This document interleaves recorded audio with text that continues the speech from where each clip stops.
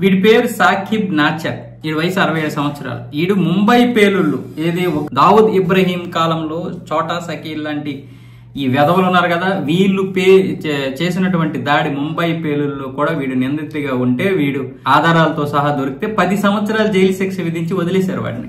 Jail శిక్షలకు మారుతారా వీళ్ళు? కఠినాతి కఠినమైనటువంటి శిక్షలకు కూడా మారు. ఎంత బలహీనంగా ఉన్నాయో మన చట్టాలు చూడండి. వీడు బయటకు వచ్చిన తర్వాత 10 సంవత్సరాల తర్వాత మళ్ళీ అనేక ఉగ్రవాద దాడుల్లో పాల్గొన్నాడు. చివరికి 2023 ఐసిస్ మాడ్యూల్లో పూణేలో జరిగినటువంటి ఈ కేసులో కూడా నిందితుడిగా ఉంటే అరెస్ట్ చేశారు. వీడిని తిహార్ జైలుకి అయితే పంపించారు. ఆ తర్వాత వీడు మెదడు చిట్లిపోయి చనిపోయాడు నిన్న శనివారం రోజు.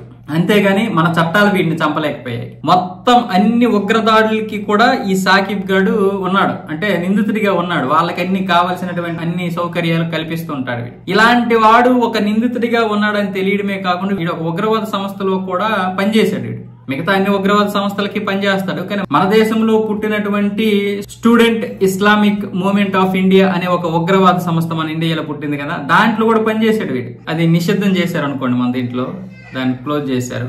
కానీ అంటే ఇలాంటి ఉగ్రవాదులు మెదడుచే పగిలిపోయో లేకపోతే వయసు అయిపోయో లేకపోతే ఇంకో ఏదో జబ్బులు పడి చనిపోవడమే తప్ప మనలో మార్పు రావడం లేదు, మన యొక్క చట్టాలు మారడం లేదు. ఇలా చనిపోయాడని మనం శంకలు గుద్దుకోవడమే.